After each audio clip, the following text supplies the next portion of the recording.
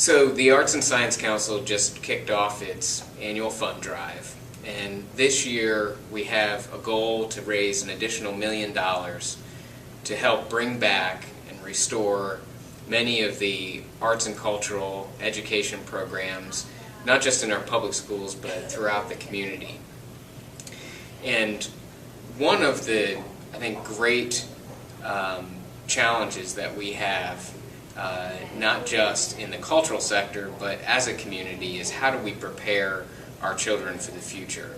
And there was a segment, I think, last time that I talked a lot about creativity and innovation and what the arts could do to bring that within our school systems. And I think you'll see in the annual fund drive and our effort to raise dollars to help our public school system that it's a big priority for ASC to not just talk about that importance, but bring dollars to the table. But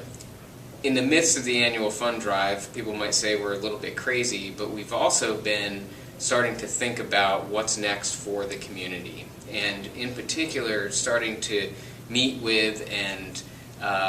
have discussions with some of our community leaders and organizations that we support to say,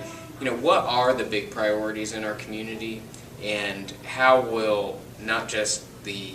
cultural sector, but the Arts and Science Council and the hundreds of organizations that we support help to meet some of those community needs. And education, I know, will continue to be an important part of what we do at the Arts and Science Council and core to the mission of many of the organizations that we support.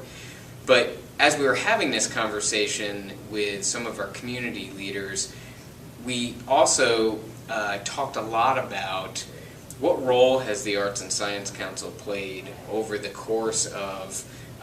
or I guess from the beginning of the modern Arts and Science Council in the late 1970s. And there's a board behind me that we've used to talk about that impact, and one thing that has struck me is just how unique and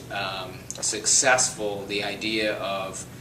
the public-private partnership in investing in our arts and culture community has been for Charlotte. Not only has it generated over $1 billion in investment, about half of that coming from city and county, and about half coming from the public sector or private sector, our companies and individuals. But what has really resulted is a tremendous investment in organizations that before the 70s weren't here, like Discovery Place and Spirit Square and Levine Center, that has just recently opened. And when you look across that spectrum,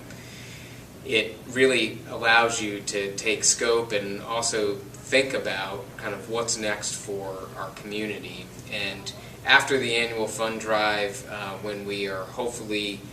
successful in being able to restore some of the immediate challenges around education, we also hope to keep the spirit alive and the vision alive for what's next in our community. And probably more importantly, how can the arts and culture sector really help to meet some of our greatest needs and challenges. So I hope that you stay engaged. I hope that you